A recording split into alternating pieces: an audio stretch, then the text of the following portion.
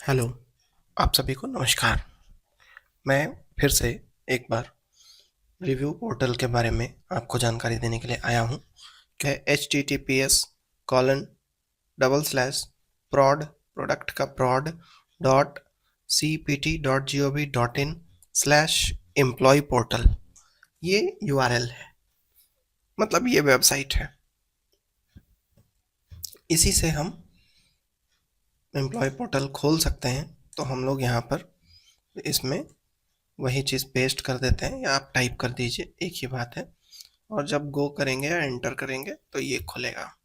यही है आपका नया review portal, new review portal, जो 2025 में एक्टिव किया गया है। 3 तारीख को एक्टिव हुआ है फ्रेंड्स। अलग अलग सर्कल में अलग अलग डेडलाइंस दी गई हैं। तो चलिए इसके बारे में हम लोग कुछ जानते हैं। तो डिवीज़न के द्वारा सभी एसओज का आईडी क्रिएट किया जा चुका है और सभी का डिफ़ॉल्ट पासवर्ड EST@1234 होना चाहिए और आप अपना आईडी डाल करके यहाँ पर लॉगिन कर सकते हैं। तो लॉगिन करने के बाद ही कुछ भी होगा। यहाँ पर हम लोग मुख्य तौर से जितना ज़्यादा से ज़्यादा कवर हो सकता है इस वीडियो में उतना करेंगे। तो देखिए यहाँ पर कुछ करना है नहीं इस स्क्रीन में, तो बस आपको आईडी पासवर्ड डाल करके लॉगिन कर लेना है।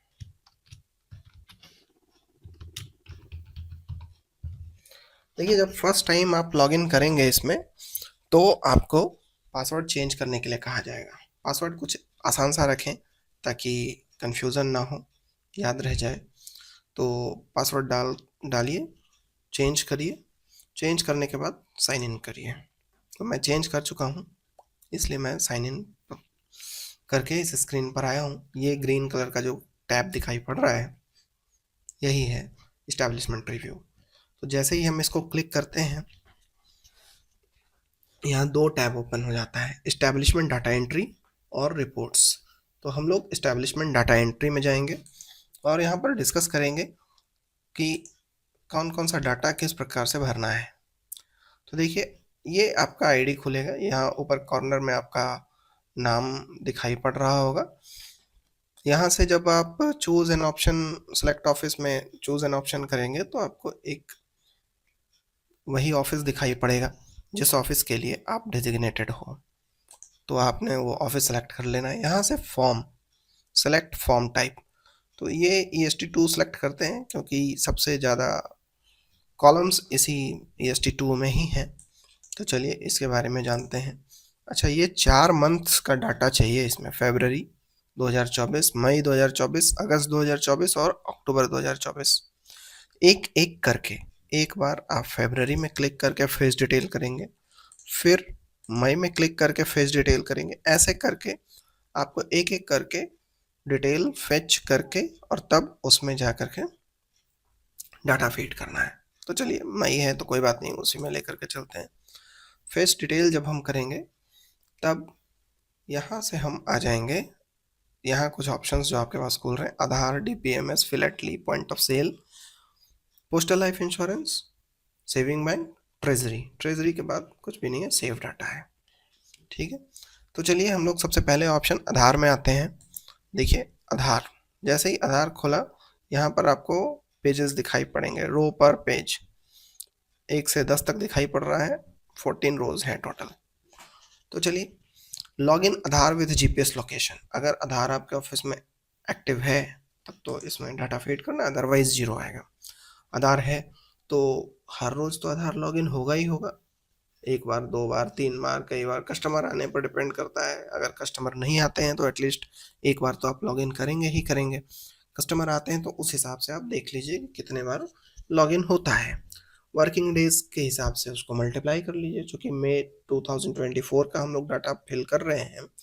तो login Aadhaar with GPS location, कितनी बार आपने लॉगिन किया GPS लोकेशन के साथ वो डालना है।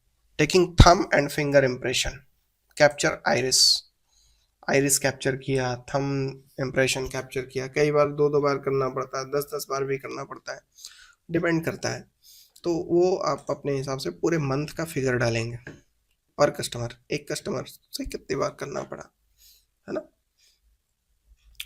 Okay, receipt and checking of field form from the customer, customer से जो कस्टमर ने फॉर्म भर के दिया उसको हमने चेक किया, कितनी बार किया, तो हर एक कस्टमर के लिए एक बार तो चेक करेंगे ही, तो पर कस्टमर उतनी बार हो जाएगा। आप देख लो कि आपका उस महीने में कितने इनरोलमेंट या कितने मॉडिफिकेशंस हुए हैं।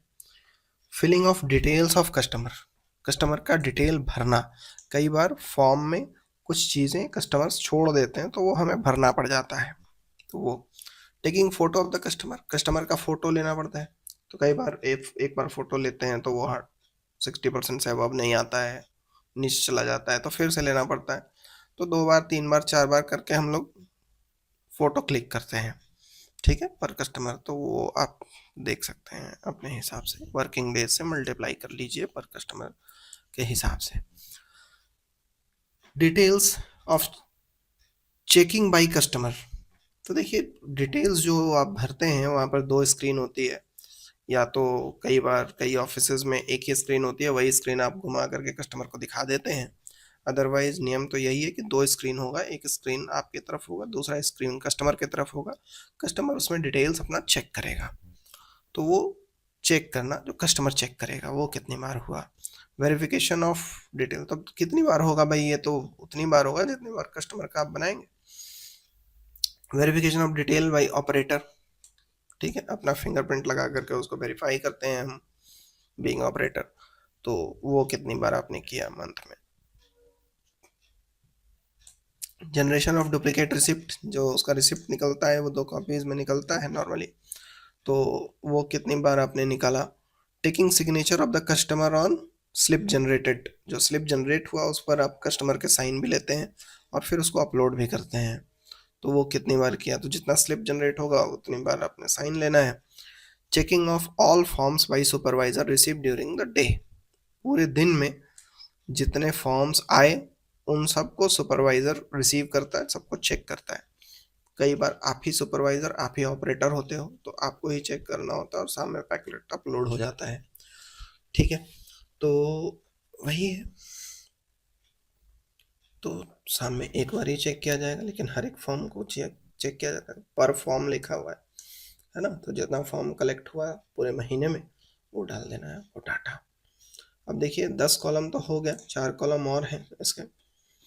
Login and verification of the details bye supervisor पर फॉर्म, वही है, लॉगिन करके वेरीफाई करेंगे पर फॉर्म कितने बार वेरीफाई किया गया, ठीक है।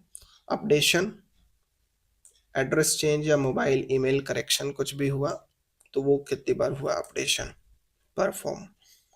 Telling of cash form wise, form wise जितना पैसा लगता है वो कस्टमर आपको देते हैं, उसको टैली करके आप मिला करके रखते हैं, ठीक है। Scanning of document submitted by customer, अब कितने बार आपने कस्टमर के डॉक्यूमेंट्स और उसके रिसिप्ट्स को स्कैन किया, ठीक है, स्कैन करना पड़ता है तभी वो सक्सेसफुल होता है, ठीक है। तो ये कंप्लीट करने के बाद आप इसको मर्ज कर दीजिए, फिर आ जाइए डीपीएमएस में। डीपीएमएस उन ऑफिसेस के लिए है जो डिलीवरी ऑफिसेस हैं, अगर आपका डिलीवरी ऑफिस नहीं है तो इन सब में आप 0 0 डाल सकते हैं, ठीक है। ओके, फेसिंग ऑफ आर्टिकल, मतलब आर्टिकल शॉर्ट करते हैं उसको एक साथ अरेंज करते हैं कि उसका फेस हमारी तरफ हो जिसमें हम उसका एड्रेस पढ़ पाएँ, ठीक है, उल्टा पुल्टा तो नहीं रख लेते, तो उसको फेसिंग कहते हैं।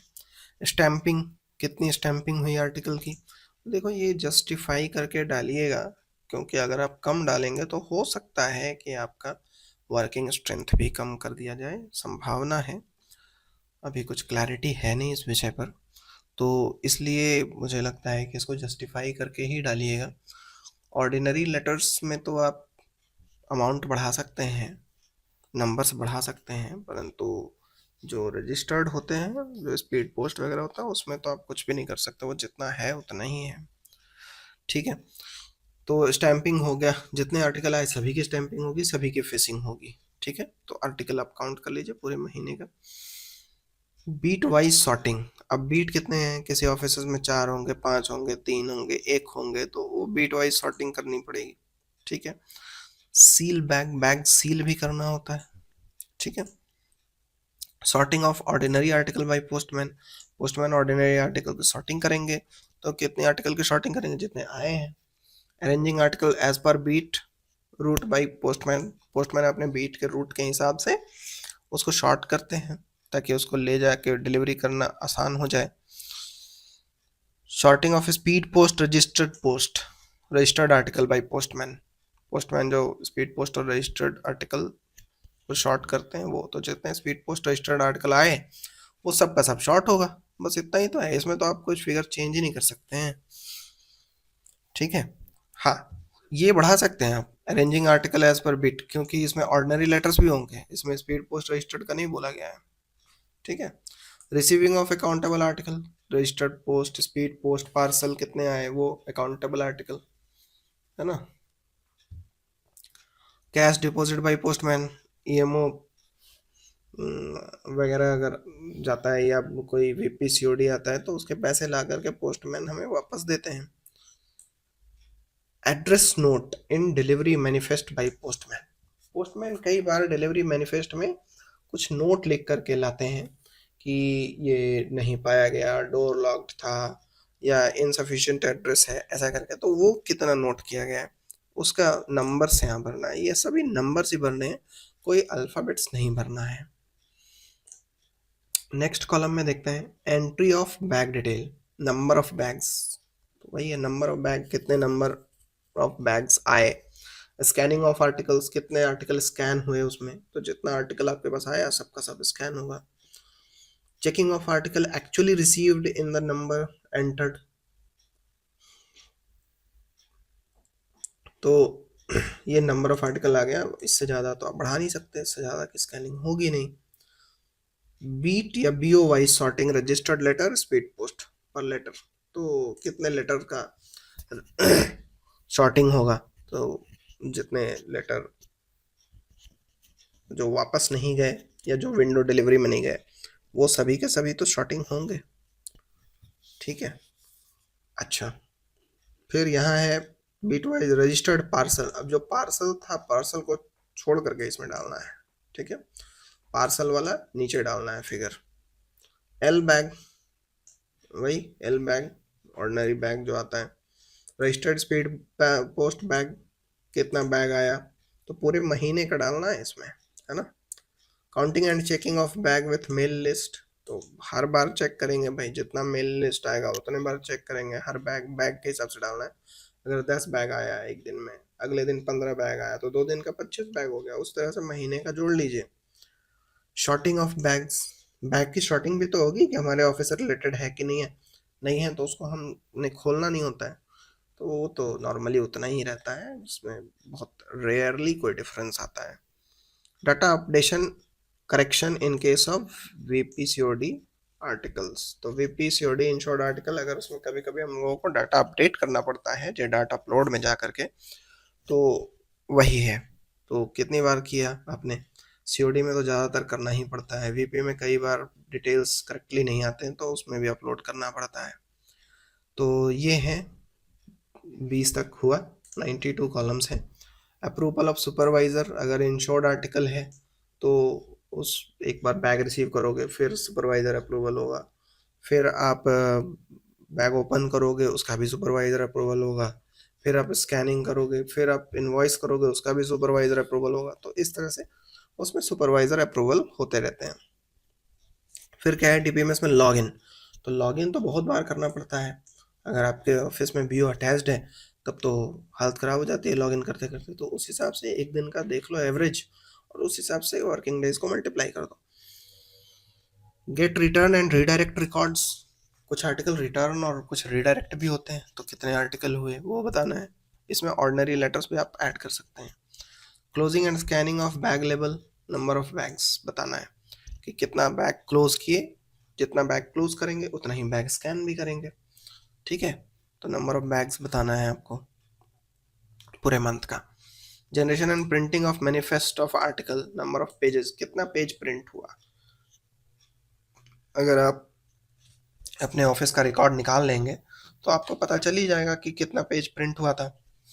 ठीक है, वो आप काउंट करके इसमें डाल सकते हैं। Insertion of article and manifest seal bag. अब बैग में कितने आर्टिकल डालें, तो उतने ही आर्टिकल डालेंगे ना जितना है उस बैग में हमने जितना इनवॉइस किया। ठीक है, तो इसमें भी नंबर ऑफ बैग्स ही डालने हैं, डाल दीजिए कितना बैग था। यहाँ भी नंबर ऑफ बैग या स्कैनिंग और entry of bag label for dispatch. जब डिस्पैच करते हैं तो सभी बैग लेबल को स्कैन किया जाता है, उतना ही स्कैन करेंगे जितना बैग बना है। Generation and printing of mail list. Mail list कितना पेज में जनरेट हुआ, 1 पेज, 2 पेज, 4 पेज, तो वो डालना है। तो एक दिन का कम से कम 1 पेज तो होगा ही। अब आपके ऑफिस के ऊपर डिपेंड करता है कितना बैग बनता है। Registered letter issue to postman. Postman को 36 लेटर इशू हुए, ये पहले से आ चुका है, इसको आप चेंज नहीं कर सकते। पार्सल जो पोस्टमैन को इशू हुआ वो 19 पार्सल इशू हुआ है, इसको भी आप चेंज नहीं कर सकते हैं। ये एडिटेबल है भी नहीं, सॉरी एडिटेबल है परंतु चेंज नहीं करना है।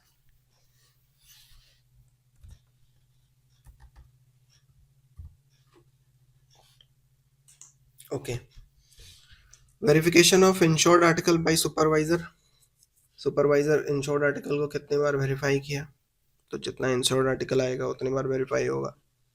Bag received through opening of TB. Transit bag होता है, उसको ओपन करके कई बार बैग रिसीव करते हैं, ठीक है, मेल लिस्ट के हिसाब से। तो वो आप इसमें नंबर्स डाल सकते हैं। एल बैग ओपन, कितने बैग ऑर्डिनरी वाले आए उसको। मेल बैग ओपन, कितने मेल बैग आए, कितने पैकेट बैग आए, है ना। Receipt of bag, speed post, registry, parcel, इन सब का जो बैग आया उसको यहाँ डालना है, बाकी सब डालना है। इशू कितना किया वीपी सीओडी पोस्टमैन को, वो डालना है पूरे महीने में। Generation and printing of delivery slip. Delivery slip कितने प्रिंट किए, कितने डिलीवरी स्लिप जनरेट किए। 100 डिलीवरी स्लिप अगर जनरेट हुआ तो 100 प्रिंट भी तो होगा, ठीक है। तो दोनों को मिला के भी आप डाल सकते हैं यहाँ पे। Issue of articles to bulk customer by scanning. कोई बल्क कस्टमर अगर है, वैसे बहुत कम ही ऑफिस में होता है, लेकिन अगर है बल्क कस्टमर और उसके लिए आप आर्टिकल इशू करते हैं तो वो भी आप इसमें ऐड कर लीजिए कि कितने बल्क कस्टमर्स के लिए आपने इशू किया। Generation of bulk delivery slip, वही बल्क कस्टमर के लिए जो डिलीवरी स्लिप आपने जनरेट किया वो। Redirect of mails, missent, postman return, pin code, address change होता है, वो सब कितना रीडायरेक्शन में गया। पोस्टमैन ने रिटर्न ला करके कितना दिया, कितनी बार दिया। आर्टिकल्स डिपॉजिट में कितने रहे, रिसिप्ट फ्रॉम पोस्टमैन, पोस्टमैन से वापस आया कि भाई ये डिपॉजिट में रहेगा, तो वैसा कितने हुआ पूरे महीने में। ये रिकॉर्ड सिर्फ आपके ऑफिस में ही मिल सकते हैं। आप ये सोचेंगे कि हम डिवीज़न ऑफिस में चले जाएं या किसी और ऑफिस में जा कर के वहाँ किसी की मदद से डाटा भर लें, तो ये संभव नहीं है, क्योंकि ये सारे डिटेल आपके ऑफिस में ही मिल पाएंगे, ठीक है। तो कोशिश कीजिए अपने ऑफिस में ही भरने का। ये वेबसाइट जो है वो ओपन नेटवर्क पर अवेलेबल है, आपके फ़ोन पर भी खुल सकता है बहुत आसानी से। आप फ़ोन पर लॉगिन कर लीजिए और उसमें फीड कर सकते हैं अगर आप सिस्टम में थोड़ी परेशानी हो रही है तो। Return prepare by postman, postman ने कितने बार रिटर्न प्रिपेयर किया, तो जितनी बार इनवॉइस होगा, मतलब जितना वर्किंग डे होगा। कैश टेकन बाय पोस्टमैन, ये हर दिन नहीं होगा, जिस दिन बीपीसीओडी होगा या जिस दिन ईएमओ गया और वापस आ गया उसी दिन होगा cash taken by postman. View and printing of EMO, अब ईएमओ कितनी बार प्रिंट हुआ इसका रिकॉर्ड तो आपके ऑफिस में मिल ही जाएगा, है ना। स्टैंपिंग ऑफ डेट स्टैंप सभी में लगता है। इनवॉइसिंग ऑफ ईएमओ, ईएमओ की इनवॉइसिंग तो जितने बार ईएमओ आएगी उतनी बार इनवॉइसिंग होगी। Generation and printing of manifest, वही ईएमओ का मैनिफेस्ट कितनी बार प्रिंट किया तो जितनी बार भी ईएमओ आई, है ना, ईएमओ जितने बार आएगा। Verification and approval of by supervisor, supervisor कितनी बार वेरीफाई करेगा ईएमओ को, तो जितनी बार जनरेट करेंगे सेम नंबर आएगा। बीट वाइज कंसोलिडेशन, कहीं कहीं तो एक ही बीट होता है ना, तो उस हिसाब से आप डाल दीजिए यहाँ। Physical verification of EMO issued to each beat, physically एक एक ईएमओ को तो वेरीफाई करते ही हैं जो इशू किए, है ना, तो जितना ईएमओ इशू किए उतना हो जाएगा। Number of VP article received in bag, bag में कितने वीपी आर्टिकल निकले,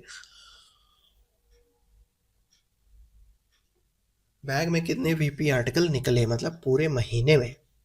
number of speed post article issued to postman, पूरे महीने में 67 ही हुआ। Redirect of EMO,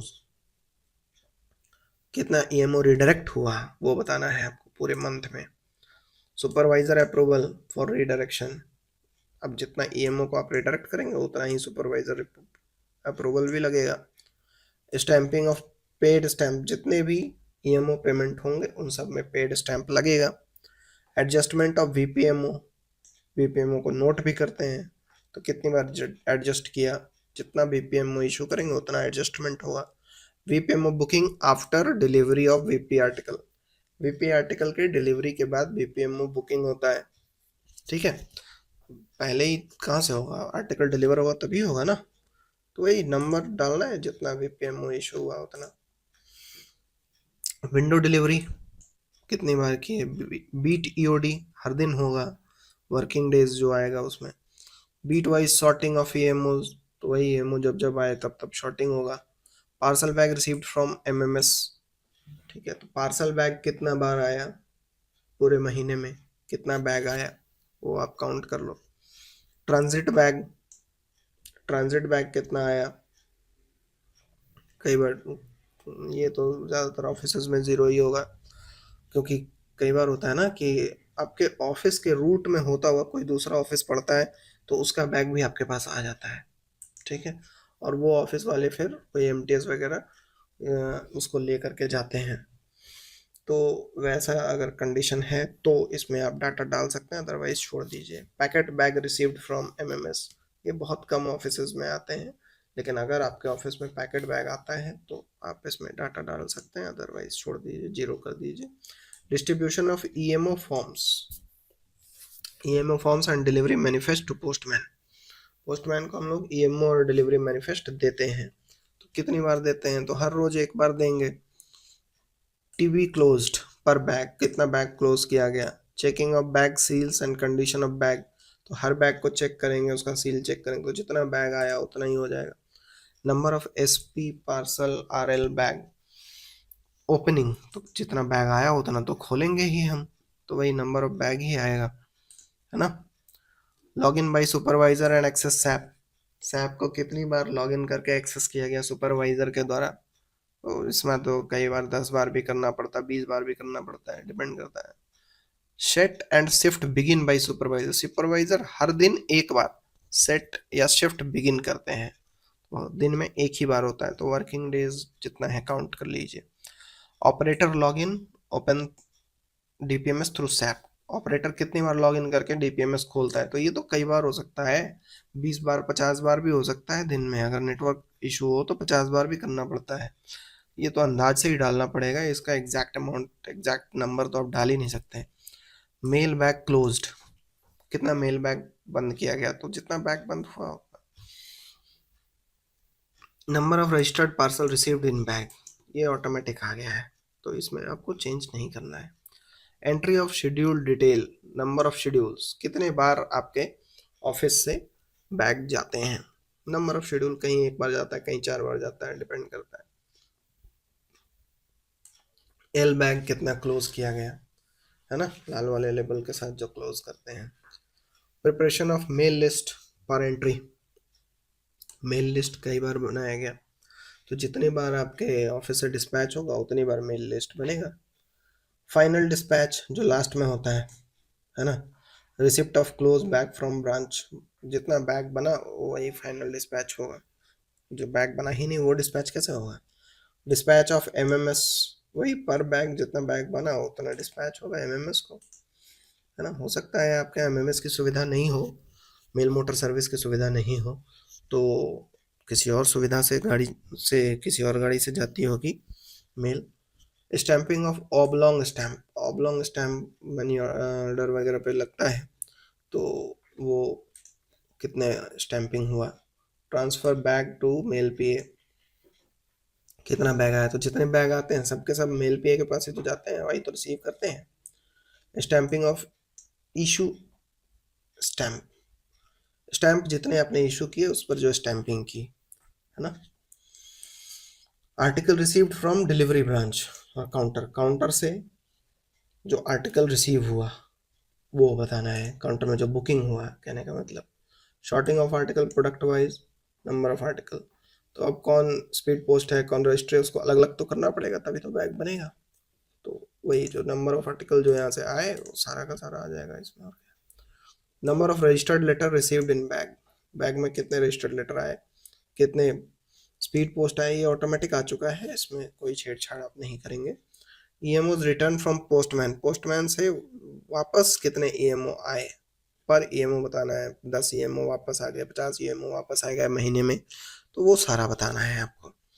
dispatch of bag to concerned branch, mail पे वही कितना बैग डिस्पैच किया गया, तो नंबर ऑफ बैग आ जाएगा। Dispatch of bag to other post bag received through opening of TB, दूसरे पोस्ट ऑफिस को डिस्पैच किया गया, मतलब ट्रांजिट बैग ओपन करके दूसरे पोस्ट ऑफिस को डिस्पैच किया, कुछ बैग हमारा था कुछ बैग किसी और का था, तो हम अपने वाले बैग तो अपने पास रखेंगे, बाकी बैग किसी और पोस्ट ऑफिस को भेज देंगे जिसका भी कंसर्न होगा, तो उसके बारे में बताना है अगर ऐसा आपके ऑफिस में ऐसी कोई सुविधा है तो। अच्छा, sorting of article station TD NTD foreign metro wise, तो कहने का मतलब है जितना बुकिंग होगा उन सब को शॉर्टिंग करेंगे हम, जितना वापसी जा रहा है उन सब का भी शॉर्टिंग करेंगे। ठीक है, बुकिंग प्लस वापसी। Registered post speed post parcel received from mail पे, वही है मेल पे जितना देगा आपको, मतलब जो पोस्टमैन से वापस आया और जो काउंटर से बुकिंग हुआ वो सब का सब जाएगा, है ना। चलिए, तो हमको लगता है कि डीपीएमएस आप बहुत अच्छे से समझ गए होंगे, डीपीएमएस में क्या क्या डाटा डालना है। वीडियो थोड़ी लंबी हो सकती है, अगर आप इन स्क्रीन से फैमिलियर हैं तो आप प्लेबैक स्पीड बढ़ा करके भी देख सकते हैं। अब आ जाइए फिलैटली में, इसमें ज़्यादा नहीं है, 13 कॉलम ही है, 13 रोज हैं। तो opening of philately deposit account PDA जिसको शॉर्ट में बोलते हैं, तो कितना खुला, अगर फ्लैटली का काम आपके यहाँ होता है तो इसका डाटा मिलेगा, नहीं होता है तो जीरो करके आप आगे बढ़ सकते हैं।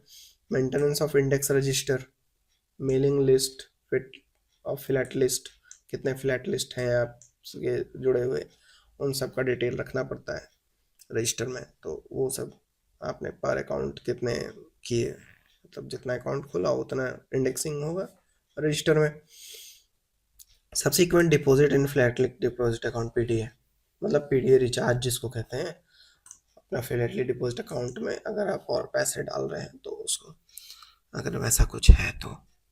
Maintaining of manual register for new PDA account, manual जो रजिस्टर हम बनाते हैं नया पीडीए अकाउंट खोलने के लिए, मेंटेनिंग मैनुअल रजिस्टर रिचार्ज के लिए अलग बनाते हैं और अकाउंट खुलता है उसके लिए अलग बनाते हैं।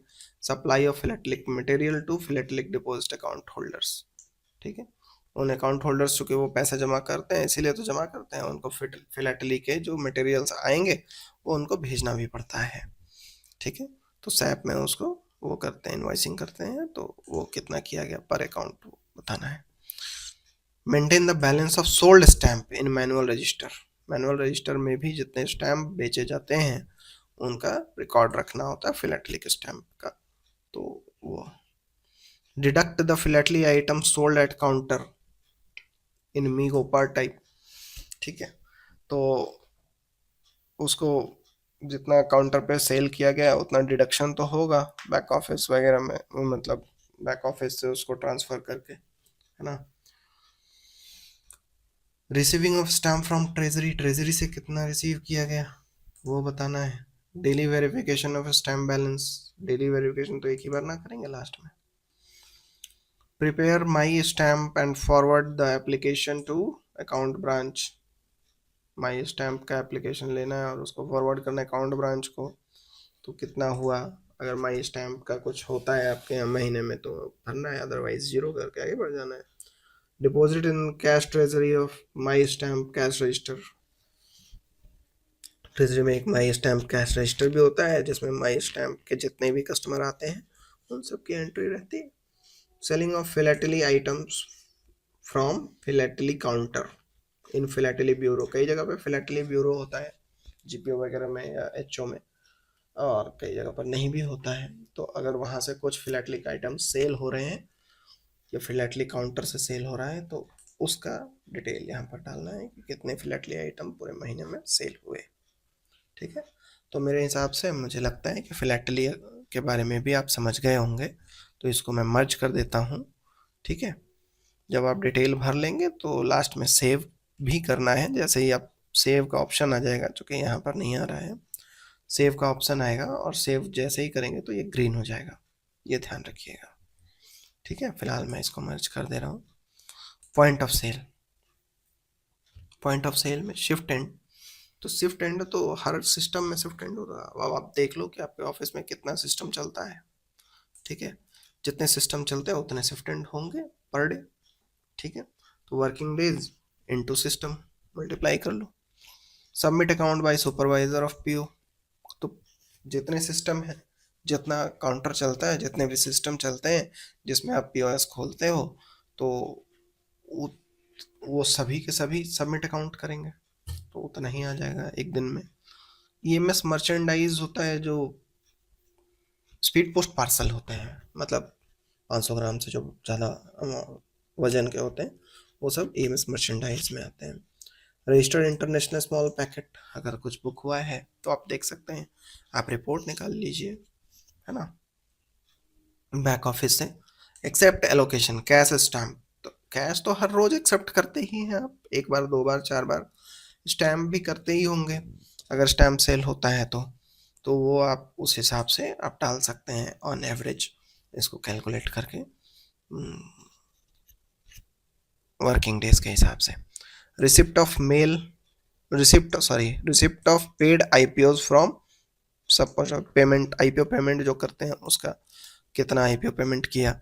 Entry of paid IPO date wise, denomination wise for each SO पर आईपीओ, मतलब जितना आईपीओ सेल किया, इसमें वही चीज़ है, हर आईपीओ में पेमेंट किया तो सिग्नेचर किया तो उसका अमाउंट टैली किया, लिस्ट बनाया, वो सब जितना आईपीओ रहेगा उतना बनाएंगे, है ना। Cash counting and deposit to supervisor, और सुपरवाइजर को डिपॉजिट कर देंगे कि भाई इतना कैश आया है, तो जितना कैश आएगा कितनी बार डिपॉजिट करेंगे। हो सकता है कि 4 आईपीओ आया दिन में और 4 अलग अलग टाइमिंग में आया, मुझे कैश देना था सुपरवाइजर को तो मैंने दे दिया, संभावना है, तो आप उस हिसाब से इसको मैनेज कर लें। स्पीड पोस्ट, इतने बुक हुए, इंश्योर्ड स्पीड पोस्ट कोई भी नहीं हुआ, है ना। तो ये कुछ फिगर्स जो ऑटोमेटिक आ गए तो ठीक है, अदरवाइज आप यहाँ पर फिल कर देंगे, जीरो जो नहीं है वो जीरो। पीओ बिगिन हर रोज होगा। Counter location by supervisor, supervisor हर रोज काउंटर लोकेशन करेंगे, है ना। 5 काउंटर अगर एलोकेट होता है तो 5 into working days. Shift begin by counter operator, तो हर काउंटर अपना अपना शिफ्ट बिगिन करेगा, working days multiplied by counters, number of counters. Insured register letter कितना बुक हुआ, insured registered parcel VP article कितना बुक हुआ, एक्सप्रेस पार्सल कितना बुक हुआ, वो तो आप बैक ऑफिस से निकाल ही सकते हैं report. Business parcel, registered book packet, printed book, pattern samples, ठीक है। ईएमएस डॉक्यूमेंट मतलब वैसे स्पीड पोस्ट जो 50 ग्राम से कम है, स्पीड पोस्ट लेटर्स ज़्यादातर 50 ग्राम, सॉरी 500 ग्राम से कम हो, तो 500 ग्राम से कम ही रहते हैं ज़्यादातर, बहुत कम ही 500 ग्राम से ज़्यादा होते हैं।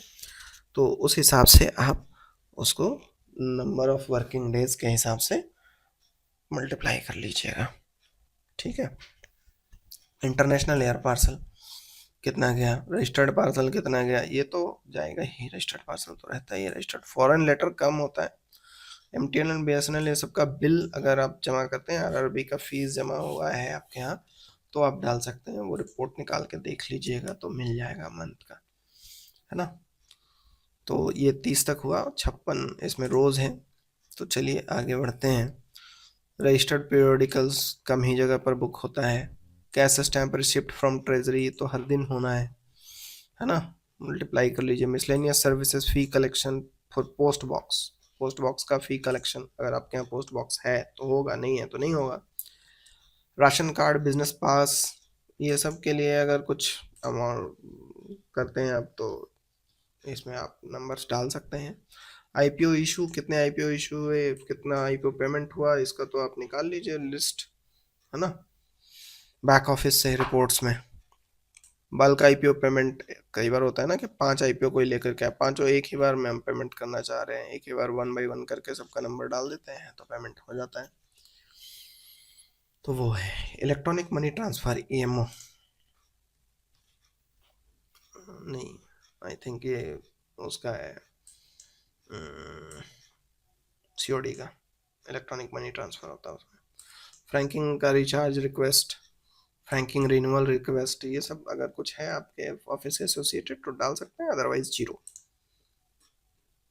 Collection of premium for NPS बहुत कम जगहों पर होता है, अगर होता है तो डालिए, अदरवाइज जीरो कर दीजिए। Generation and tally reports with cash, ठीक है, तो रिपोर्ट को कैश के साथ टैली करेंगे। Submit account and note transaction, account submit करके ट्रांजैक्शन नोट करते हैं, कितना क्या हुआ, बैलेंस ट्रांसफर करते हैं सुपरवाइजर को, कितनी बार किया, अप्रूवल फ्रॉम सुपरवाइजर, अब जितनी बार हम बैलेंस ट्रांसफर करेंगे उतनी बार वो अप्रूवल करेंगे।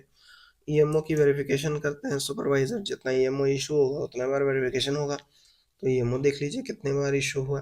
अप्रूवल फ्रॉम सुपरवाइजर, जब जब हम अकाउंट सबमिट करेंगे तब तब अप्रूवल होगा। पीडीए ओपन कुछ किए अगर तो उसके बारे में पीडीए का डिटेल, मतलब फिलैटेलिक डिपॉजिट अकाउंट का अगर कुछ है कंडीशन तो आप यहाँ पर भर सकते हैं, अदरवाइज 6 कॉलम और हैं। पीडीए क्लोज, पीडीए रिचार्ज वही है।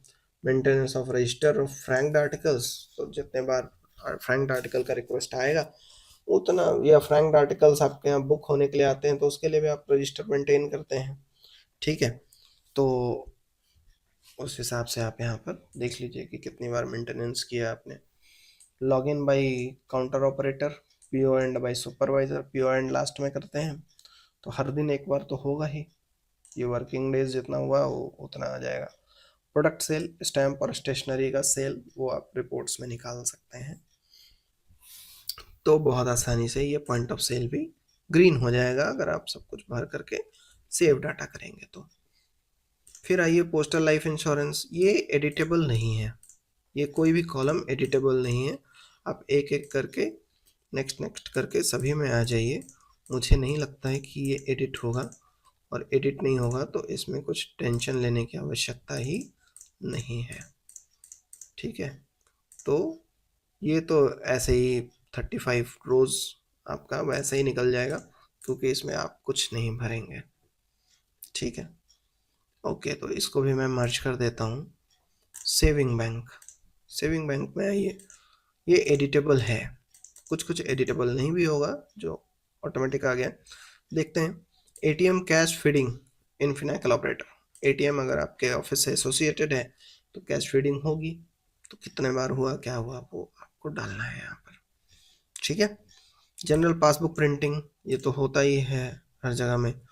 ATM cash feeding wise supervisor, ये ऑपरेटर ने किया था, सुपरवाइजर ने किया, जितने बार ऑपरेटर करेगा उतनी बार सुपरवाइजर भी करेगा, ठीक है, और ये सब तो एडिटेबल है ही नहीं तो छोड़ दीजिए इसको, ये भी एडिटेबल नहीं है, कोई भी कॉलम एडिटेबल नहीं है इसका, जीरो वाला भी नहीं, तो ये ऑटोमेटिक आया है, इसमें आपको कुछ करने की आवश्यकता ही नहीं है, ठीक है, ये सारे डेटा ऑटोमेटिक आए हैं और ये एडिटेबल नहीं है, ठीक है।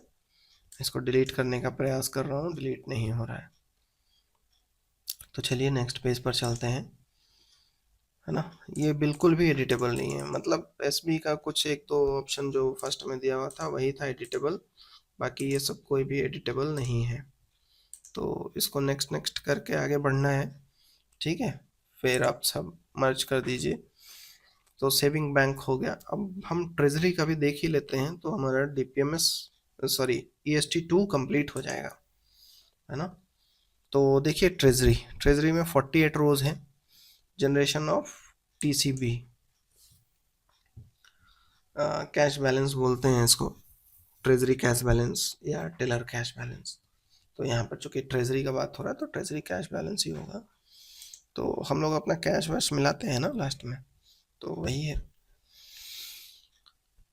Opening of treasury branch by joint custodian including cash chest, तो कैश चेस्ट जहाँ पर भी कैश रखा जाता है वहाँ पर ज्वाइंट कस्टोडियन होते हैं, तो उन्होंने कितनी बार ट्रेजरी ओपन की वो बताना है, तो दिन में कम से कम एक बार तो करेंगे ही, एक से ज़्यादा बार भी कर सकते हैं, कई बार कैश ज़्यादा है आपके पास, आपने 1 लाख रुपए निकाले, फिर बाद में ज़रूरत पड़ गई फिर निकाले, तो वो आप देख लीजिए आपके हिसाब से कितना हो सकता है, उसको नंबर ऑफ वर्किंग डेज से मल्टीप्लाई कर दीजिए। Approval of cash request receive from counter, counter request करता है आपको जब उसको विड्रॉल वगैरह देना होता है तो कितने बार रिक्वेस्ट किया। Log in as assistant treasurer, कितनी बार लॉग इन किया आपने। काउंटिंग ऑफ कैश, कितनी बार काउंट किए। Hand over cash bag to sub account clerk for closure of account bag, है ना। अगर आप एचओ में काम करते हैं तो अकाउंट बैग में भी कैश जाता है, ठीक है। Demand of cheque from SO, SO cheque demand करता है, अगर आप एचओ हैं तो ठीक है, अदरवाइज जीरो आएगा। Note document number by amount and name of the office, office का नाम और डॉक्यूमेंट नंबर उसका नोट करना पड़ता है, तो वो कितनी बार आपने किया। क्रिएट मैनुअल चेक, कितने बार मैनुअल चेक बनाए, है ना। चेक इन ट्रेजरर चेकबुक, शैप सैप में जो ट्रेजरर चेकबुक होता है उसमें हम लोग चेक वगैरह करते हैं, नाम अमाउंट ये सब, तो वो कितनी बार किया गया उसका डिटेल देना है। Giving cash advance to postman, ठीक है। आफ्टर व्यूइंग स्क्रीन, स्क्रीन में देखे अच्छा पोस्टमैन को इतना ईएमओ इशू हुआ है तो उस हिसाब से कैश दे दिए, ठीक है। तो चेक क्रिएशन, चेक कितने बार क्रिएट किया गया। Create manually cheque, manual cheque कितने बार क्रिएट किया गया। Taking cash of EMO return from postman, postman से ईएमओ रिटर्न का कैश भी लेना है, जो डिलीवर नहीं हुआ वो डिलीवर हो गया तो वो जीरो हो जाता है। Receipt of cash from counters, counter से कितने बार कैश आया पूरे मंथ में, है ना। Counting of cash by treasurer, treasurer ने कितनी बार कैश काउंट किया, तो बहुत बार कैश काउंट करेंगे भाई, दिन भर तो कैश ही काउंट करना पड़ता है। क्रिएट लाइबिलिटीज, F-02 में मैच्योरिटी वगैरह के लिए जो लाइबिलिटीज क्रिएट करते हैं वो। लॉग इन एज ट्रेजरर या पोस्ट मास्टर के तौर पे जो आपने लॉग इन किया, कितनी बार लॉग इन किया। Closing of account bag to AO account office या कैश ओवरसियर के लिए अगर आप कुछ अकाउंट बैग क्लोज कर रहे हैं तो कितनी बार क्लोज कर रहे हैं वो बताना है, नहीं कर रहे हैं तो zero. Hand over account bag to mail clerk या ओवरसियर, मेल क्लर्क को या ओवरसियर को अगर आप अकाउंट बैग हैंड ओवर कर रहे हैं तो कितनी बार कर रहे हैं वो बताना है। Preparation of cheque for payment through, ये जो कमांड्स हैं इनके थ्रू अगर कोई प्रिपरेशन किया जा रहा है चेक का पेमेंट के लिए तो वो कितनी बार किया। कैश बैग रजिस्टर में कितना एंट्री किए। प्रिपरेशन ऑफ अकाउंट बैग, कितना अकाउंट बैग बनाए, है ना। Back office cash advance to counter through back office, back office से एडवांस में देते हैं ना काउंटर को कि लो भाई 50,000 रखो, जो ट्रांजैक्शन होगा फिर बताना। Withdrawal of cash from chest, chest से निकालना पड़ता है संदूक से। Counting of cash, remittance to bank, bank को रेमिटेंस अगर आपके ऑफिस से जाता है तो ही इसमें कुछ अमाउंट भरिएगा, नहीं तो ये जीरो हो जाएगा, ठीक है। ये भी उसी का है, ये ACG 11 भरना पड़ता है तब जाके वो कैश बैंक को जाता है। Entry in treasury passbook, treasury passbook में एंट्री करना पड़ेगा जब कैश जाएगा तो। Carry cash to bank and vice versa, bank को कैश लेके जाना है या बैंक से लेकर आना है, ठीक है। Manually drawn for cheque, cheque draw किए मैनुअली तो उसके बारे में बताना है, वो सब नॉर्मली एचओ में होता है। रेमिटेंस टू बैंक, बैंक को रेमिट किया गया तब। एसओ या एओ या बीओ को एंटर किया गया, रेमिट किया गया, तो बीओ हो सकता है कि आपके ऑफिस में हो, है ना। अगर आप एचओ नहीं है तो आपका ऑफिस में बीओ तो होगा ही होगा। Issue of cheque, cheque issue अगर आप कर रहे हैं इस कमांड से तो उसके बारे में बताना है कितना किया पूरे महीने में। Generation of memo of remittance, cash deno से जो रेमिटेंस बनाते हैं आप बीओ को कैश भेजते हैं तब भी तो ये बनाते हैं, तो कितने बार बनाए आपने पूरे महीने में वो देख लीजिए, आप अपना रफ अकाउंट देखेंगे तो आपको पता चल जाएगा। रिसिप्ट ऑफ कैश फ्रॉम एओ या बीओ, अकाउंट ऑफिस या ब्रांच ऑफिस से अगर आपको कैश आ रहा है तो कितनी बार आ रहा है। Opening of cash bag by treasurer, है ना, और उसको काउंट करते हैं, चेक करते हैं तो वो कितनी बार किया गया। Hand over cheque to sub account clerk, और check of indent for supply of postage stamp, check करना पड़ता है ना कि कोई इंडेंट तो नहीं किया पोस्टेज स्टैम्प का सप्लाई के लिए, एचओ वगैरह में करना पड़ता है, तो वो आप बता दीजिए यहाँ पर कि कितनी बार किया है ना। Supply of stamp to SO BO and counter through MIGO, MIGO command से हम लोग बीओ को ट्रांसफ़र करते हैं, एसओ को ट्रांसफ़र करते हैं, काउंटर को तो नहीं करते, काउंटर को बैक ऑफिस से करते हैं, तो वो कितनी बार किया है वो, है ना। अच्छा 8 कॉलम और हैं।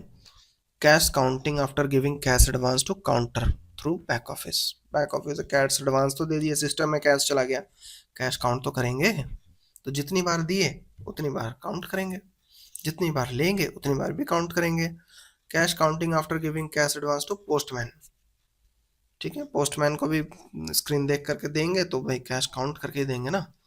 Picking stamp from stock, counting of the stamp to be remitted to particular post office, कोई पोस्ट ऑफिस ने अगर मुझे इंडेंट किया है कि मुझे स्टैम्प चाहिए तो हम भाई स्टैम्प स्टॉक से निकालेंगे, उसको काउंट करेंगे तभी तो देंगे। Making payment of various bills, GPF bill, medical bill, ऐसा कुछ पेमेंट अगर आपके यहाँ हुआ है तो उसके बारे में बताना है। Insertion of cash remittance memo in cash bag seal, cash bag and writing, जो कुछ भी आप उसमें लिख करके देते हो तो वो है, नॉर्मली बहुत जगह नहीं भी होता है, बहुत जगह होता भी है। Writing the name of payee on cheque overleaf and create invoice, जिसको चेक देना है कुछ मैच्योरिटी का तो उसके लिए हमको बनाना पड़ता है ना, उसका पेई का नाम वगैरह लिखना पड़ता है, तब हम इनवॉइस क्रिएट करते हैं। Cash counting after taking cash of EMO return from postman, postman से जब हम ईएमओ रिटर्न लेते हैं तो कैश मिलाते हैं, तो कितनी बार मिलाएंगे, जितनी बार उससे वापसी लेंगे, है ना। To present document in bank counter, receive cash, count cash, उसको वापस ले करके आएंगे, ये सब भी करना पड़ता है। तो वो कितनी बार हुआ है आपके ऑफिस में, अगर आप बैंक से रिलेटेड नहीं हैं तो 0 कर दीजिए। बस इतना ही तो डाटा है EST2 में, ये डाटा EST2 का है। तो फ्रेंड्स यहाँ तक मुझे लगता है कि EST2 के हर पॉइंट्स क्लियर हो चुके हैं, मैंने किसी भी पॉइंट को स्किप नहीं किया है। अगर इसमें भी आपको कोई कन्फ्यूज़न होता है तो आप बेझिझक कमेंट कर सकते हैं, और अगर आपको वीडियो अच्छी लगी हो तो भी हमें कमेंट करके ये बताएं कि आपको वीडियो अच्छी लगी, ठीक है। Okay friends, thanks for watching.